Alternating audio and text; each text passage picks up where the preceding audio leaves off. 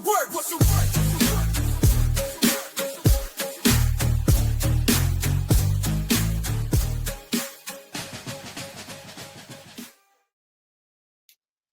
All right. Listen, we all know what that music means. It means that we ask the question, what's a work? And sometimes we have to ask that question in boxing. And this is the bees of boxing. And joining me, as always, every week, my main man, Steve Swift from across the pond. And we've got a lot to get into this week because it was a week ago. It was a week ago that we were sitting here talking about Jake Paul and kind of putting him over for the possibility of being able to step up and maybe fight a heavyweight. And now it looks like, well, he's decided to resort back to being Jake Paul, the bully, and is going to go fight a 155 pounder in an exhibition, folks, in an exhibition. Because, that makes a world of difference. And we're going to talk about that. I also want to talk about the fact that there is a special VIP package going on with the Canelo Crawford fight on that same day. Wait till you hear about who's going to be at this one. We got to ask the question, is AJ really done? Or is there a new exciting possibility, somebody we haven't heard from in quite some time who could come back and face him? I want to ask that question as well. And, there's been a lot of talk. Tim Bradley is in the news talking about, begging for Boots to be a spy. And I want to get your thoughts about spies in boxing as well. As always, I would be remiss if I didn't mention the thanks that we all have to you for listening, for watching on all of your podcast providers. Even you, Jake Paul, don't sue us.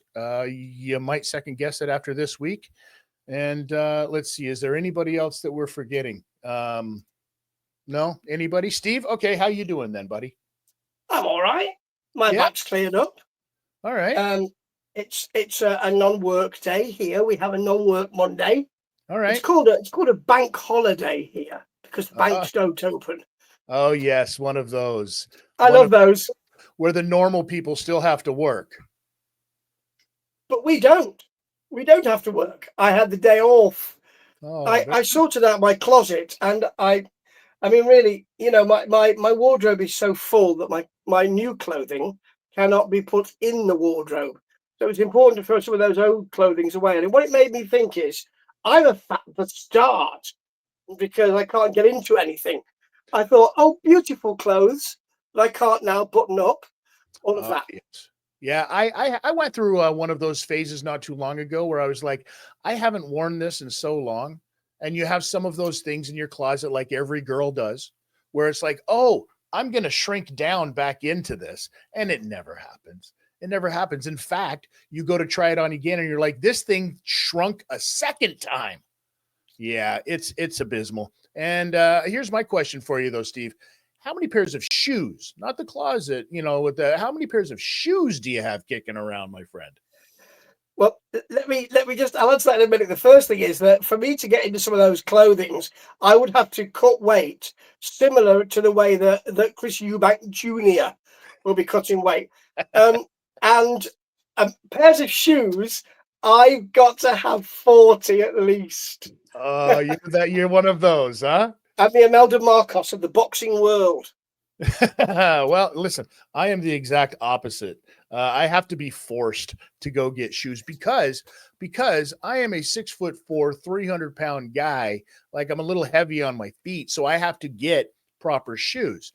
And I'm not spending that kind of money on shoes. Are you kidding me? It's ridiculous. $100+ for a pair of shoes. Kiss my ass. Where are Keds?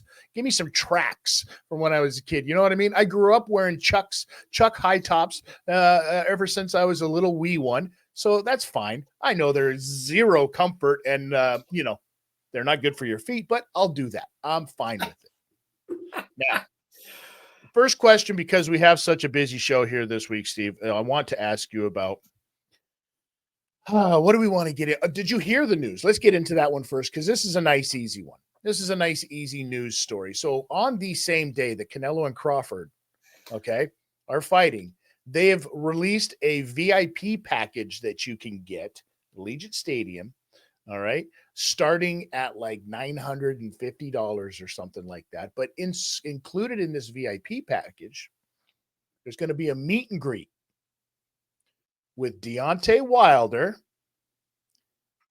and Andy Ruiz Jr. Now, why do you think they would putting those two together inside of this arena on this day before this fight? Prices for this thing range all the way from this for this just the normal stuff, all the way up to what is being called. Are you ready for this? Premium pricing, and you can get suite seat. It says that you get you a suite, you get you press conference access, weigh-in access, in-suite appearances from Rey Mysterio and UFC athletes, photo ops with the UFC and the WWE title belts, and an all-inclusive pre-show hospitality with Andy Ruiz Jr. and Deontay Wilder, and a printed commemorative ticket and credential. The price is you got to call. And if you need to ask, you can't afford it. That's insanity to me. For that premium price. I mean, the thing is, you can watch the press conference on YouTube. You don't need to go, and I don't want to go. For that price, I would need a lock of Deontay Wilder's pubic hair or something like. Not that I'm saying I want it. I don't want it. I don't want it. Of course, I don't want it. I don't have an ornate enough box to put it in. I need to go and buy one. $950. That's now, okay. So $950. Hold on, $950 is the bronze, and the $950 per person gets you a mix of lower, mid, and upper seating. Not even a suite. It gets you a dedicated entrance to your area, right? A commemorative credential and a printed commemorative ticket. That's it. Starting at $5,000 is floor and floor riser seating, fight night ringside photo, press conference access, ceremonial weigh-in access, an official Canelo and Crawford fight poster, an all-exclusive pre-show hospitality with the two heavyweights, and a dedicated entrance, plus all of the other stuff. So really, this thing doesn't even get started with anything good until $5,000 ahead. Yeah, because at $950, you are getting a designated entrance, but that designated entrance could be an entrance with thousands of other people. Yeah, it's called it's a designated entrance. It's called Gate E. Like, what are we doing here? The poster, people, if they want a poster, will be downloading it to their PC or phone or whatever and printing it out, even though they're not allowed to do that. They'll be doing that, won't they? They won't be saying, "I'll just bung you $5,000 for that." Unbelievable. Yeah, it makes me wonder though, like, who are they gonna? Somebody's gonna buy this. Somebody absolutely is going to buy this stuff, right? And that's the even more weird part is like, is this just a blatant cash grab at this point? And here's what brings me to this question that I have for you, because this seems to be, I was thinking about this. This seems to be a bit of a theme, if you will, happening lately with top boxers at their championship level, belt holders, if you will, that are giving up the opportunity to fight in their weight class, fight for their legacy or whatever they want to call it, but they seem to be chasing these big money fights that are completely out of the picture. The reason that I say this is because I had a thought, Steve. What if we are living at a time right now? We've talked about how there's going to be a year from now, boxing is going to be completely different. We've talked about how there's a bipartisan thing going in front of Congress to create this whole new organization, so to speak. Inside of this organization is going to be the people that we personally believe are going to take over boxing. And inside of this is going to be the inability to get those big 40, 50 million dollar paydays, as it were, right? The picture, maybe they're seeing the picture before we do, that this whole thing is going to change and the paydays are going to come down. So this is their last opportunity to go after these big fights. What do you think about that? Yeah, I think you're on the money. Quite literally the money. I think that that's going to happen. I mean, we know that if the UBO works, then that will be suppressing those paydays because it cuts those promoters out. So that's going to happen. There'll still be some boxers outside of that, but I think you make a really good point. As far as this fight goes, and we'll talk about AJ in a minute because it's really affected his career. This, I think, I don't think Eddie Hearn's helping him at all with this. My understanding is that if you get the top price, you get to stand at ringside and you get to wipe Gervonta Davis's face when he comes over. You can do his nails, and then he would like his eyebrows done and his hair cornrowed. So you can do all of that within the match because there's no problem at all. You can take 20 minutes, Tidster, because it's okay if he does. Can you imagine that would be the next VIP pack? We start putting these VIP packages to every fight. I mean, why not? Why not? Let's just get all the money out of it. Here's the thing that you have to like. Okay, so if we're talking about the Jake Paul and Gervonta Davis fight, which I think is a ridiculous. Let's get it out there right now. As far as boxing goes, it's ridiculous. It's a complete mismatch from the word go, in my opinion. Now, from an exhibition point of view, still effing ridiculous. I don't think that there's any purpose for any of this because you could do this in the gym, right? Other than to make a cash grab for it. There's nothing redeemable about this fight to me anymore. No, and the odd thing is that the even more ridiculous situation of Jake Paul and AJ when it was fairly on, that kind of made a bit more, not sense, but it made it roll up, Bunko Booth stuff. This one is just, well, you're fairly similar in size. It's not as if it's Land of the Giants anymore. I mean, I know that Jake Paul was bigger, but I firmly believe that Gervonta Davis will beat him because he has, he's wily. He's wily. He could. But if this was a real fight, he could. If this was a real fight. This isn't a real fight, Steve. You know that. They've already said that it's an exhibition, but because of the weight discrepancy that it's going to be, which gives them the opportunity to just go out there and do what Jake has done in all of these situations. We put Jake over last time because we thought he was going to do something that everybody's finally been asking for, right?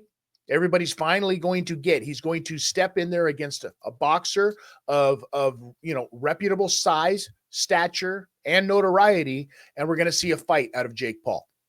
That's not what we got. What we got Jake doing was going back to saying, I want to fight the small. Out of the entire list of guys that he gave, Gervonta Davis in stature is the smallest one.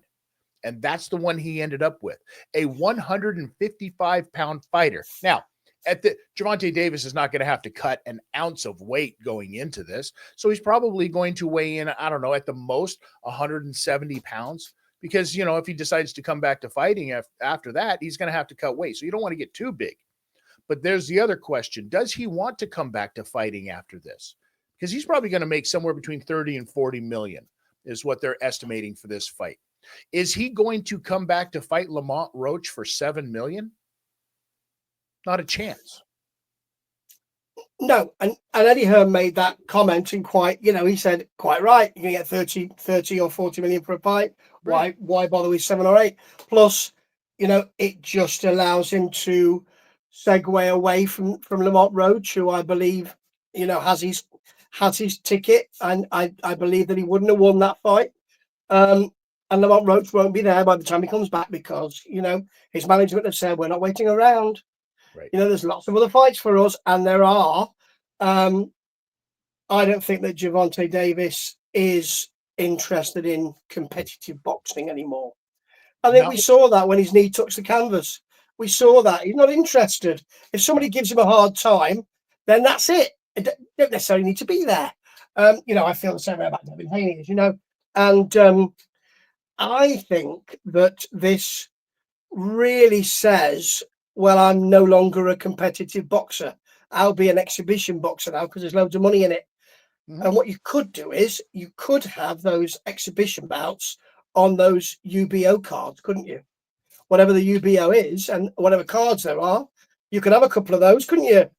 You know, you could say, here's the legend. I keep pushing this. Here's the legends side of it, and you know, we've got the ghost of Sonny Liston coming at you. You could do that, and you could say, "There's Gervonta Davis facing Ike, for instance, who's coming back." So, after yeah, what, it's just ridiculous. 26 years gone, 152 years old, and he's like, "I want Usyk." Come on, Ike. Come on, Ike. Give your head a shake, brother. But this is it. You see, anybody can make their claims. You know, because I think you have a good point here, and maybe even a better idea. Maybe this is how UBO makes the money off of those things, is by doing these like special attraction main events that they have to pay for. And then maybe all of the rest of the card is these guys trying to get to that level. Obviously, you know what I mean? So then you have a fight where you can put out 20-30 million and have a split between them, and do a fight with a Jake Paul versus Gervonta Davis. You could do a fight with a Canelo versus AJ. You could do a fight with, Boots versus, I don't know, anybody. You know what I mean? You could do a number of these different combinations, right? The only thing that I don't see happening at any time is Oscar De La Hoya coming back in any way, shape, or form. Sorry. Or It's Carl a possibility, though. F you, Carl. Oh, Frotch will be back. The Cobra will be back. The Cobra will strike. Don't you worry. He'll be on the phone to George Groves right now, going, "Hey George, do you fancy another one?" You know he will. I think this is it is a good point of mine. You're quite right, and all my own. I think that it's because the thing about influencer boxing now and exhibition boxing, let's bring them together because I don't know where one stops and where the other one starts, to be honest. But while we've been trying, or we both have really, trying to delineate those, and Jake Paul and saying, I'm disappointed with Jake Paul, to be honest, very disappointed right now, because it's the legitimate boxing I thought he was going for. But what he's doing and what they are all doing is saying, well, it's all one, isn't it? There won't be any belts soon, and it doesn't really matter. So we can just have this big league with the different weight classifications, and anybody can fight anybody. Because realistically, if under the guise of exhibition, I'm not saying that this would happen or that this will happen, maybe not on this one, but it could happen. Could you imagine Jake Paul decided he was just going to load up and unload on 155-pound Gervonta Davis's head? Could you imagine that happens? Now it's not, but it's not going to happen because they've made an agreement. So if they've made an agreement on this fight, what makes me believe that other agreements can't be made on other fights? I'm sorry to say, but this is a real problem by doing these types of fights like this, because I think you're going down a slippery slope, a real slippery slope. There's a reason that there's weight classes, and there's a reason that they do stuff like this. So the only way you're going to do it, I think, is if you are retired from the ranks. I don't think that you can just be, a champion, go do a couple of these exhibition fights, and then go back to being a champion again. I think that there has to be some kind of rules and regulations in place to make these things happen, right? You would hope, but the end of that slippery slope is, I know we do fantasy wrestling, boxing, booking, but the end of that slippery slope is a wrestling situation, isn't it? And A side and B side and all of that. We've got journeymen don't exist. We've got all of that conversation, haven't we? And that's the bottom of that slippery slope. That's the unfortunate thing about, well, there are many unfortunate things. That's the main thing for me. How do you know what's real and what's not? How do you know who's beat who? How do you know? If someone like Mayweather can change the ref halfway through, and that's okay. I'm still thinking, would he have beaten the guy? Well, yes, but in other fights, I'd be thinking, should that happened? I mean, who's going to win and why? So when that happens, you might as well not watch. Well, I hate to bring up the story because recently we saw where there was a bit of a crossover. One of these things happened in the world of professional wrestling, and a MMA trained human being that we saw recently, where a certain angle went very, very wrong, and a wrestler ended up getting knocked out and then beat the hell out of after he was already knocked out. You can look it up. Go ahead. I'm not going to talk about that part of it anymore. But what this does is this opens up the same kind of thing because, like I said, what if an agreement is made? All of a sudden, Jake Paul loses his mind and just goes off and starts really hammering into Gervonta Davis.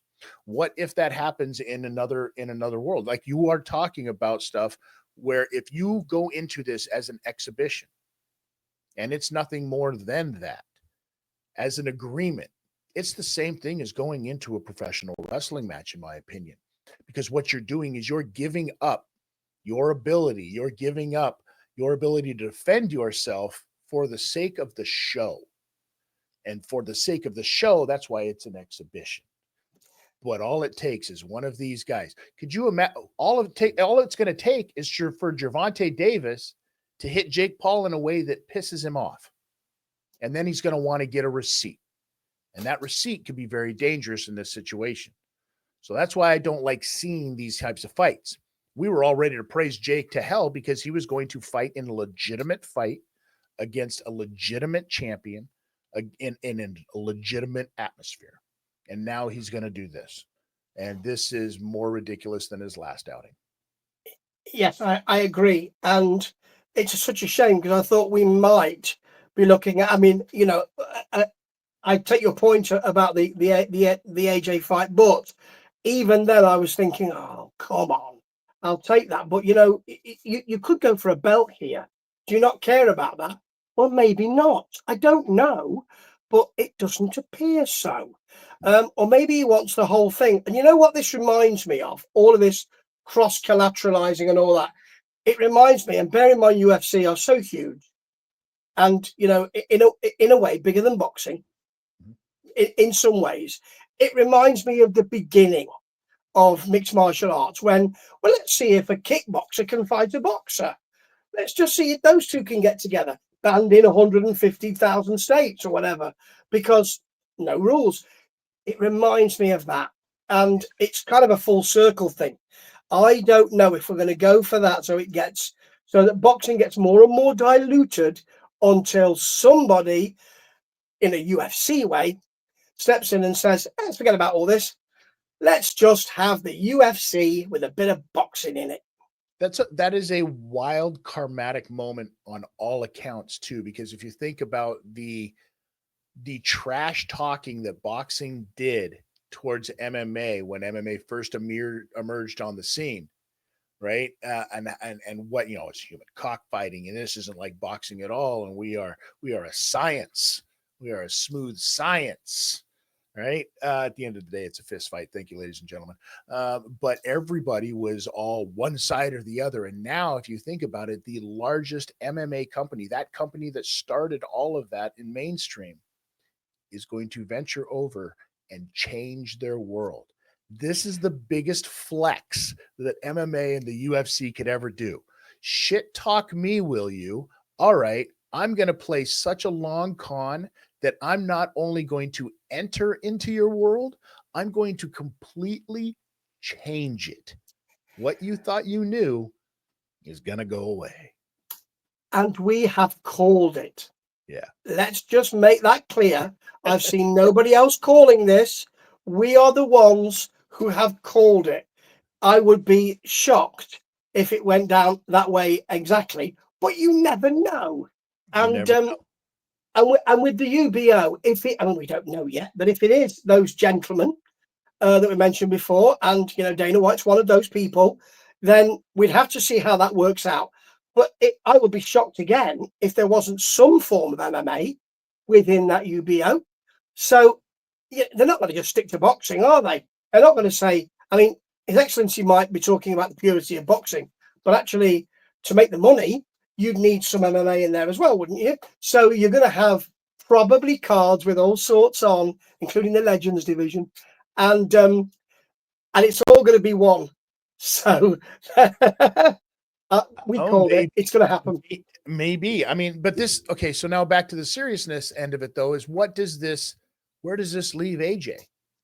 Where does this leave AJ in all of this, Steve? I don't think that Eddie is. I mean, I really admire Eddie's work, and there is a Eddie and his dad have got a Netflix serial coming on very soon. We're going to follow them around, right? I can't remember what it's called, the Masters, something like that. And Eddie. And Barry Hearn, his dad, was huge in Britain only, really, for revolutionising the game of snooker, which is like pool, only less flashy. Yeah. It's got a bit more decorum about it. And he cornered the market and all that, made a lot of money. And his son has similar qualities, and I really like the work that Eddie Hearn does. But with AJ, I think he's made some big mistakes, because he floated the idea of Tony Yoka. He then said AJ, and we are the front runners, as I said last week. That makes him the B side if they were having a fight. And he's allowed Andre Ward to get in and dictate terms in that respect. Mm-hmm. And now we don't even have that. And the Tony Yoka fight's gone quiet as well. So I don't know where AJ goes, except that I think that he should fight Moses Itauma, not the next fight, because I think that should be David Adelaide. But I do think that after that, he should fight AJ. However, AJ's path is not very clear. And it's really easy for a gentleman who may or may not, but may, if he does, have some kind of crisis around boxing psychologically, to say, look, it's not happening. That's it. We do know that that Matchroom head honchos have been to Ghana recently to say, let's have a match there. So they were doing all sorts of different things. So they were going there, Tony Yoka, AJ, they had all sorts of irons in the fire. Now it seems to me, very little. It's a problem for AJ, because he'll lose that momentum and then it's done. What about this name? What about this name for AJ? Because of where he is on the card and where this other person is, who recently had a good showing, came up a little bit short, well, on the winning end, but not really, because in the crowd's mind, everybody wanted the other guy, it seemed like. Filip Hrgović. What do we think about a Filip Hrgović and AJ fight? Because Hrgović really proved himself to have a chin on him, no doubt about it. He needs a big money fight. He's deserving of it. Why not that one? He is. And the thing about Filip Hrgović is I never get excited for any of his fights. But when I see them, I think, oh, yeah, okay. Yeah. The only issue with that is that Francis Warren, Frank Warren's son, was interviewed recently, I think by Boxing News, I think it was yesterday, and said, who's going to be the next fight for Moses? Well, I can't quite tell you, but at the end of it, he said, I like the Hrgović fight. So it may be Moses. And the thing is that what's happening with AJ is fights are being made without him being involved. That's when you know that you're kind of at the tail end of your career then, I think, right? Because they're just making them because they have a contract. You have a contract to fulfill. They want to get these fights done before you've aged yourself out. They're trying to squeeze every last little penny out of you that they can, so you're not involved in negotiations. I mean, until it gets time to be involved in negotiations. Obviously, AJ has the ability to say, nah, I don't want to do that. And then, maybe somebody shows up at his doorstep someday. I don't know that happens in Britain still. I'm just saying that it may have a time or two. But then so if this is what happens with AJ, then let's say he wins his next fight. Then what? Right? He's never going to see a title shot ever again. So what's his role in boxing then? It's the gatekeeper. It's the one we talked about. It's the idea you had, which I've been peddling ever since. I'm giving you credit on my podcast. But the thing is that would be beautiful. It's a beautiful end, because as we said on this show a couple of weeks ago, I think it was, if he wins, great. And that shows that, well, you weren't ready, so you need to go. But if he loses, he can say, yep, old man now. He's a great fighter. So that would really give him some legacy. Look at the way he helped the British, and it has to be British boxing scene, all those heavyweights, and there's loads of them who are coming up. So that's what he needs to do. But I don't think that's what will happen, because I think what I detect is that his camp still think he's more important than he is. Yeah, well, and again, his camp is supposed to say that, right? Because you have to keep the wheels completely pumped up on that machine until that machine just falls off, So let's hope that isn't what happens. Now, I want to talk to you about this. Let's say that this fight happens. Let's say he goes. You can hear all the noise already. Apparently the dogs are home. As it were. Sometimes that happens. Sometimes wild animals get loose in the studio, and there's nothing you can do about it. It's fantastic. I love it, and we're just going to talk over the top of it. I don't even care anymore, Steve. I like it. It adds a bit of nuance, ambient nuance to what you're doing. It's lovely. A little bit of a side note for those of you that don't know, my better half, my wife, runs a bit of a rescue, if you will. So we have an island of misfit toys, 3-legged ones, one-eyed ones, hair-lipped ones, cleft palates, ones that are built like hot rods, ones that are completely blind, and just walk into walls like a Roomba. But you can't name them Roomba because, trademark infringement, apparently. Now, back to what I was saying. We have this fight coming up with Canelo and Crawford. And inside of this, it looks like Jerome Boots Ennis has gone to go do some sparring with one Mr. Canelo or Alvarez. I think it was Tim Bradley went on a while ago, openly saying that, calling for Boots Ennis to be a spy in all of this and report back to Crawford. I mean, why? I don't know. I'd hate to think that he's saying just because, he should, because of what kind of weird relationship should that be? Because Crawford wasn't giving Boots any kind of title shot. Crawford could have made Boots a long time ago. Why would Boots do this?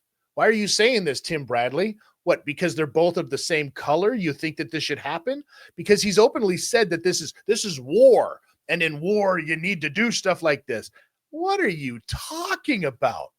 But it brings up a point. Though, because spies in camps is something that has been done. I think we Ryan Garcia brought it up and actually found out that there was a camp in his fight. We've seen it in other fights, but to openly say, hey, this is what I need you to do. Good luck sparring tomorrow with Canelo, because I've just spit it out that I want you to stooge on everything you're doing over there. Like, what is Tim Bradley thinking at this point? I really don't know, because it's a ridiculous idea. Because even if you were a spy and you said, said, yeah, I'll report back. What are you going to report on that we don't already know? He spars, right? He keeps lumbering forward and he's got no movement. He's like Frankenstein's monster. Yeah, I know that. I can see tape. Okay, he hits you on the arms, right? Yeah, I can see tape. Yeah. He's not eating any tainted horse meat at the moment, right? Anything else? I'm done. What is he going to say? He likes a parking spot close to the gym. It's ridiculous. Here's another thing that a lot of people don't understand unless you've been in and or around closely to situations like that is that there is a huge difference in a lot of fighters between the way they are in the gym and the way they are on fight night. They'll do certain things in their training and in the gym that you'll never see on fight night. And there's a reason for it. Just like there's certain things that they'll always do under the big lights because that part becomes natural to them because they've done it for so many years, that they don't do in the gym because they don't need to. It's just part of all of it. So what you're seeing in the gym is just him fine-tuning certain things.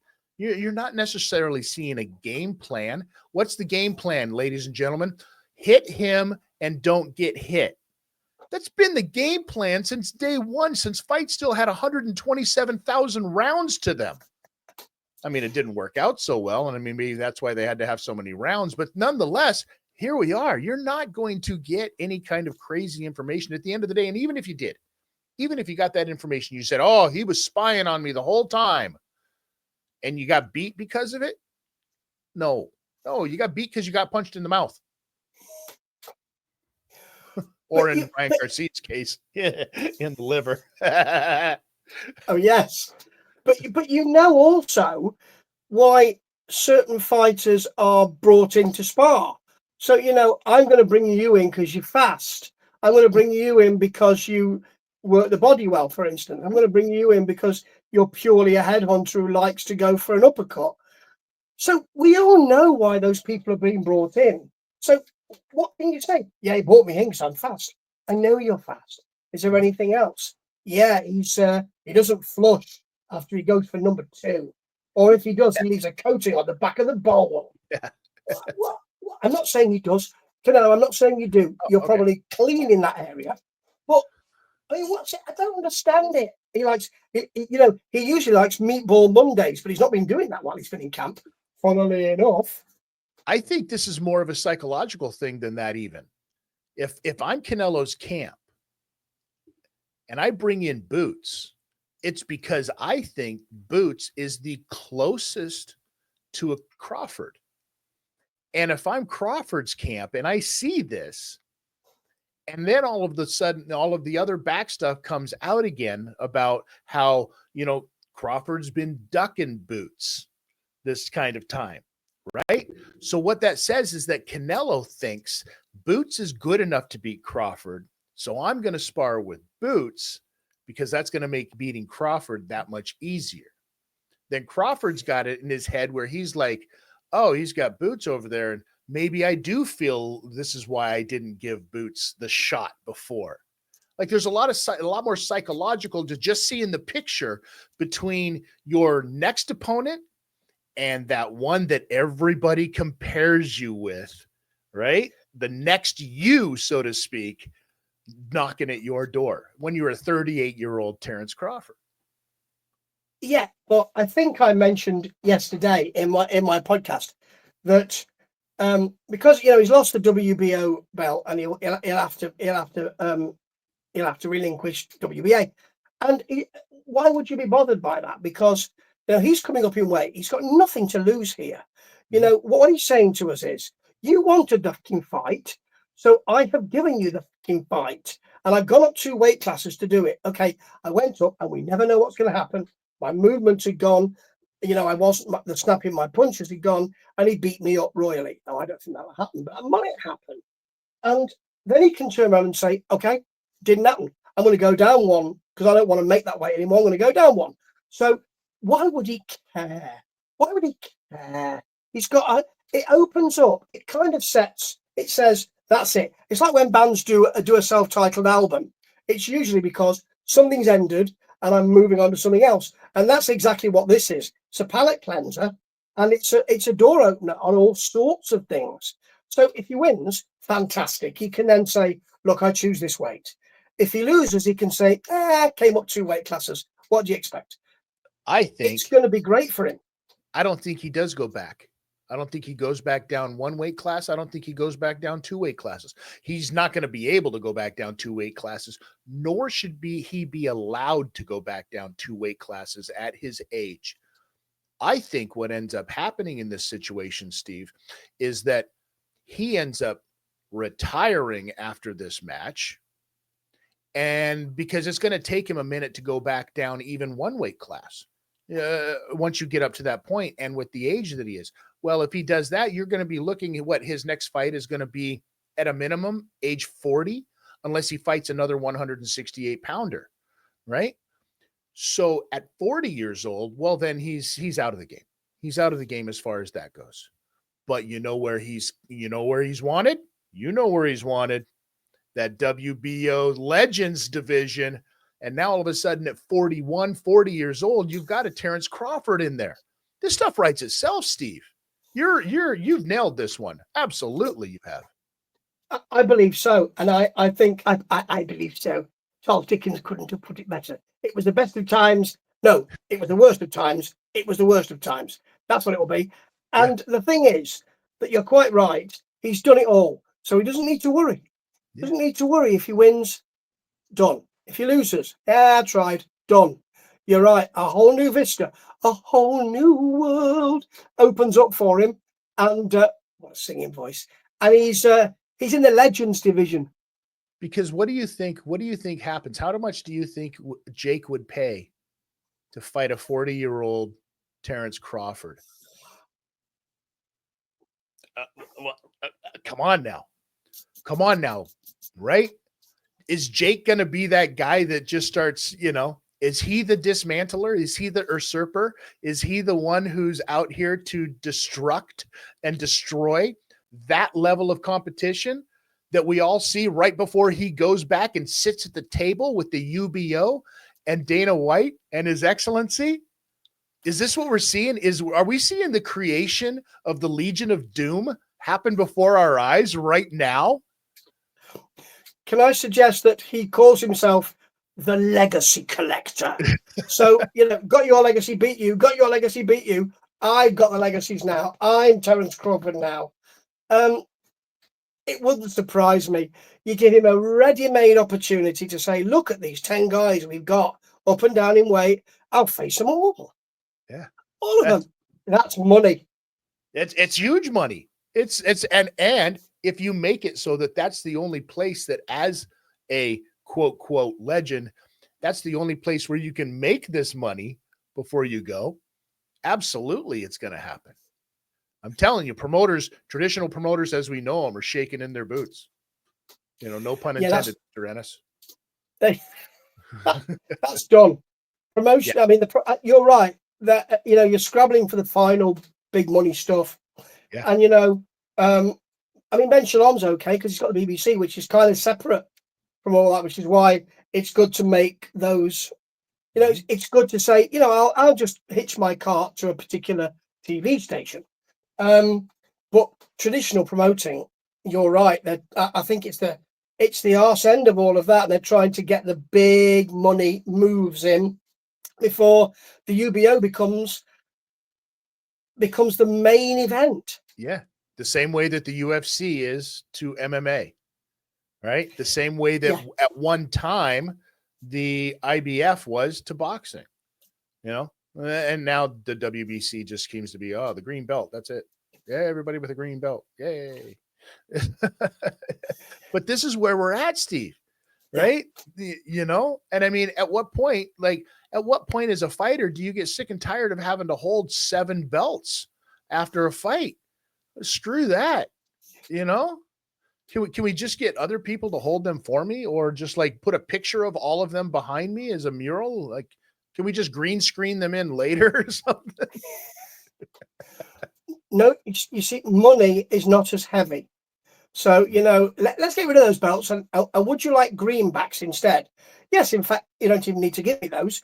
Just transfer them to my account. So, giant check instead of the belt after the fight, right? We won't have like a BMF belt or anything like that. We'll just come out with a giant commemorative check. Yay, you won $40 million. Hey, Jake Paul. Just make it out to cash. Right? I could see it happening. That's tremendous. That is good stuff right there. All right, Steve, listen, I'd be remiss if I didn't tell you that I know that you talk a lot of music stuff over at World Weary Guy 1. It's fantastic. If you haven't had a chance, please go over there and check it out. He does great things. He talks movies, he talks music. And last night, when I got back from my long weekend excursion where I spent 14 hours of driving in a 24-hour period of time, and then the other 10 hours was, most of it was near a wrestling ring and drinking. Not at the same time, ladies and gentlemen. Don't send your hate mail, or send your hate mail. I'll read it. When I got back, I noticed that there's a new documentary out on the band Devo. If you have not watched this yet, do yourself a favor, ladies and gentlemen. Even as a person who was not the world's largest fan, shout out to my cousin Eric and his band, the New Waves, in Las Vegas. Huge Devo fans, because the New Waves is a surf band that's all 80s tunes. It's fantastic stuff. So if you haven't seen this documentary yet, I even learned a few things watching this documentary that I did not know. How much the singer was completely in control of almost everything that you've ever seen in your life as far as like the music goes for it. He's the other Hans Zimmer. Like, that's who he is. It's fantastic. Everything from Rugrats to Cocaine Bear. He's got his hands in it. So if you haven't seen this Devo documentary yet, Steve, go watch it. It's great. And I'm going to need you to podcast about it. I shall do so tomorrow. There's a new Devo album out, which is on my list of things to do. So many things and so little time. But I'll have to. Thank you for the tip. There you go. Just a little tidbit of information for you, ladies and gentlemen. All right. So that's another wrap. Thank you once again to everybody for singing along, dancing along, having a good time, sharing smiles, talking about some boxing. And before we go, I would be remiss if I didn't say one more time to Mr. Carl Froch, come at us, boy. I dare you. I don't even know why we're doing it at this point, but, F you, Carl. You're so bitter. Get over it. And really, if you do come at me, Carl, you think I don't know the golden rule? Everybody who listens to this show knows the golden rule. And that's one thing you got to remember. Be for the children like Wu-Tang, tuck your chin.